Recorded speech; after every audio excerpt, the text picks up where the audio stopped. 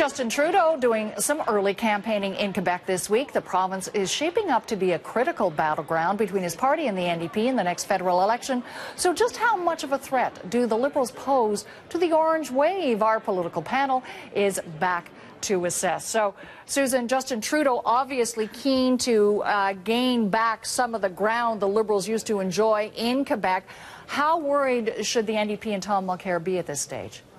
I think they are quite worried. They're sort of trying to cover it with a certain bluster, but I think they're quite worried. That being said, you know, Mr. Trudeau certainly has a mixed, will get a mixed reception in Quebec. Let's put it this way. A lot of people there were not fans of his father, and even though he's a different person, those doubts will linger. The other thing about him, too, is that he's not, this sounds strange, but he's very fluent in French. He's very good in French, but he almost speaks French like an immersion student in a way, rather than a Quebecer. So these differences matter in Quebec. So I don't think he's a slam dunk by any means. On the other hand, I think the NDP are coming off a very uninspiring convention. I think Mr. Mulcair, who's very much a known quantity already in Quebec, you know, it hasn't really, people don't warm to him very easily. I think they've got a challenge on their hands. So, Rob, I mean, before Justin Trudeau arrived at the scene as leader of the Liberal Party, I thought the battle in Quebec was essentially between the NDP and the Bloc Québécois. Can Trudeau be competitive in the next federal election? Yes, and you saw what a kind of foreshadowing of what he was going to use tactically to try and do that, and that's the national unity question. He went to Quebec. He asked to meet separately with all three leaders of the provincial parties there. Instantly was set upon by one of the kind of prime attackers for the Parti Québécois, Jean-François Lisée. Mr. Lisée attacked him unfairly, accused him of being arrogant, made a mistake, admitted he made a mistake, had to apologize and offer to buy Mr. Trudeau a beer. But that's the Trudeau strategy writ small in a way, is to try and get himself in between, or actually try to put Mr. Mulcair in between the separatists and the federalists in the province of Quebec, and begin to squeeze Liberals who supported the NDP in Quebec out of that equation back over to the NDP, or back over to the Liberal Party. He is going to be fishing where the fish are. The Liberal fish are in Quebec. They've drifted over the last few elections to the NDP. He's going to try and get them to come back. So, Susan, I think for people outside of, you know, outside watching what's unfolding in Quebec, might be surprised to hear that sovereignty, any unity issue, would actually have traction in Quebec. Is it possibly the telltale issue in the next election?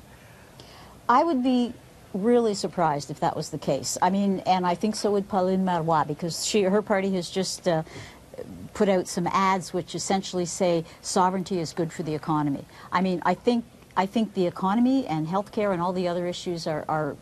However, that being said, the independence question is always a live wire in Quebec. It's always there.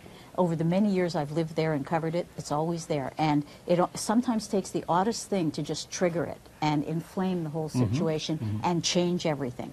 I mean, it's a volatile electorate. We saw that with the Orange Wave last time around. So, and there's also a minority government there. At some point there has to be another election. And if the Parti Québécois win a stronger mandate, then the national unity doomsday clock begins to tick again.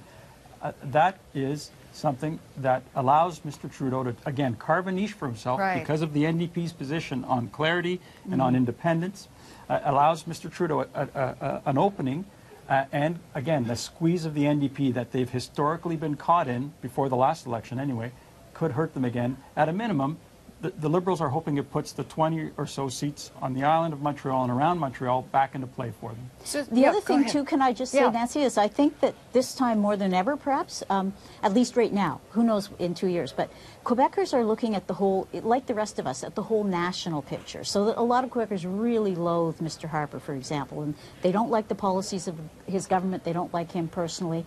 And they're also always have been very keen followers of Canada's place in the world, you know, perhaps more so than the rest of Canada. So I think national issues will play in too. I'm not sure Quebec is necessarily going to depart from the herd. So whatever happens to Mr. Trudeau and the rest of Canada may well happen in Quebec as well. Okay, before the next election, of course, we're still expecting more debate on the budget, but also, of course, there is all this talk about a cabinet shuffle that is being described as significant, and it will happen in in the next little while. So I wanted to ask each of you before we wrap up, what are you hearing? What do you know? Rob? I know absolutely nothing. Unfortunately, the Prime Minister does not call me before I come on the show. Well, I'm going to invite him to do that. Yeah. I'm inviting the Prime Minister to And do he's so. my source, so there you go. Well, look, what I'm hearing is that it's a very restive caucus. It's an uneasy cabinet. Everybody knows changes are coming. The Prime Minister has begun having some conversations with cabinet ministers who might not be running again the next time. You're seeing, if you look at the political chat shows, you're seeing the team that is aspiring to get to the cabinet level. They're all out there essentially getting rehearsed, getting rehearsed for their future roles. And a lot of them are women. Expect a lot more women to play prominent roles in the next cabinet. So who are you noticing? Yeah, well, who are you noticing, Well, Michelle Susan? Rempel, who's a young Conservative MP from Calgary. She got Jim Prentice's seat.